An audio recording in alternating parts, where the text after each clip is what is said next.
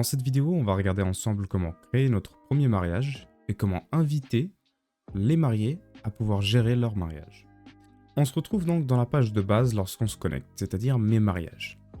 On va simplement cliquer ici sur ajouter un mariage. On remplit les champs, donc le nom des mariés. Pour le nom du mariage, c'est au choix. On peut remplir, si on le souhaite, une description, le lieu, la date, choisir nos couleurs et une jolie photo de couverture.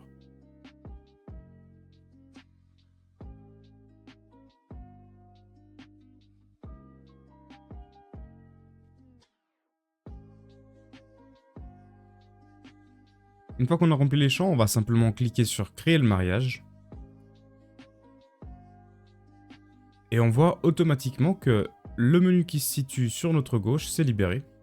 En effet, c'est toutes les fonctionnalités qui sont liées à notre mariage. Sur mon dashboard de base, je vois que j'ai un planning, j'ai ma photo de couverture avec le titre qu'on a saisi et un décompte selon la date qu'on a saisie. Plus bas, on a encore plusieurs notions qu'on n'a pas encore vues mais qu'on verra dans les futures vidéos, comme par exemple le groupe d'invités, le budget, les événements et les tâches urgentes. La deuxième étape, une fois qu'on a créé notre mariage, ça va être par exemple d'inviter les mariés à pouvoir gérer leur mariage également. Cette étape est bien sûr facultative, elle dépend de votre organisation. Maintenant, on va voir ensemble comment le faire si vous en avez besoin. On va donc cliquer sur inviter un membre. Et lorsque je clique sur inviter un membre, je peux voir que j'accède à la partie membre du mariage. Pour le moment, aucun membre n'a accès à ce mariage, c'est normal. On va inviter notre premier membre, tout simplement sur le bouton inviter un membre. On va donc saisir l'adresse email de nos mariés. Et en dessous, on peut laisser tel quel.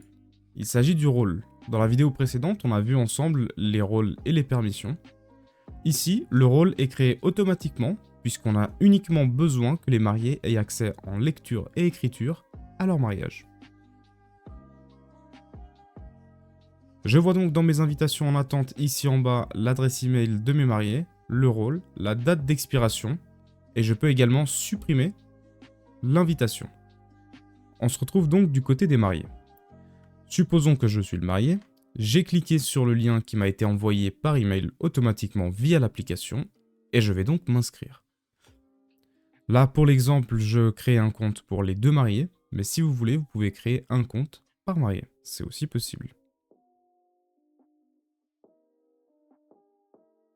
Une fois que j'ai saisi tous les éléments d'inscription, je peux voir ici, vous rejoindrez l'équipe de mariage digital en créant votre compte.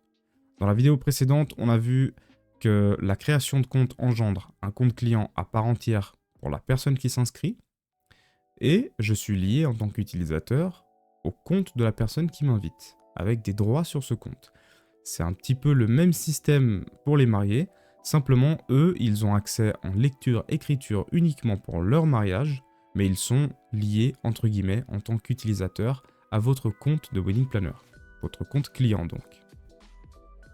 Étant donné que c'est le Wedding Planner qui a créé le mariage pour les mariés, le mariage est lié uniquement au compte du Wedding Planner.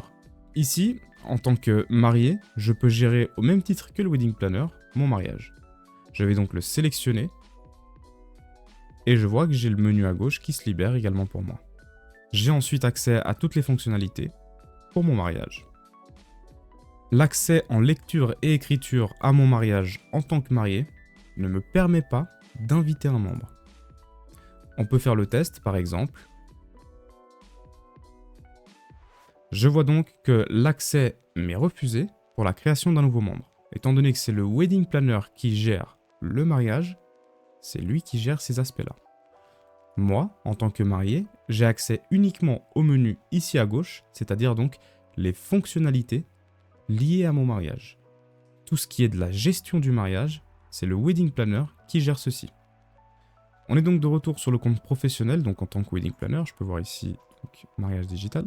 Tout à l'heure, on a invité un membre en cliquant sur ce bouton. On a un autre espace pour gérer nos mariages et pouvoir également inviter nos mariés, simplement en venant ici en haut. Actuellement, on voit que le mariage actif, c'est mariage de Marie et Michael. je peux voir tous mes mariages en cliquant ici. Et ici, j'aurai accès à l'intégralité de mes mariages. Si je souhaite inviter un membre sur un mariage spécifique sans pour autant le sélectionner, je peux venir ici sur ce bouton, gérer les membres et inviter un nouveau membre. Ici, je gère donc le mariage de Marie et Michael. Supposons que j'en ai d'autres. Je vais créer rapidement un deuxième mariage pour l'exemple. Voilà, j'ai créé mon deuxième mariage uniquement pour l'exemple. Je peux voir donc ici en haut que mon mariage 2 est actif, c'est-à-dire que tout le menu qui se situe ici en bas correspond au mariage 2.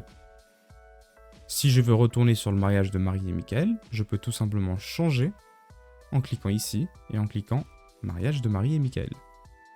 Je suis donc sur le mariage de Marie et Michael, et pareillement si on va sur la vue de l'ensemble de mes mariages comme tout à l'heure, c'est-à-dire ici, je peux voir que le mariage de Marie et Michael est actuellement actif, c'est-à-dire donc que les menus ici correspondent à ce mariage-là, mais je peux sélectionner le mariage 2 depuis ici également. Pour terminer, dans cette vidéo, on a vu ensemble comment créer un mariage, comment inviter des mariés à rejoindre leur mariage sur le compte du Wedding Planner, et on verra ensemble dans les prochaines vidéos en détail chaque fonctionnalité liée au mariage, qui se situe donc sur le menu de gauche.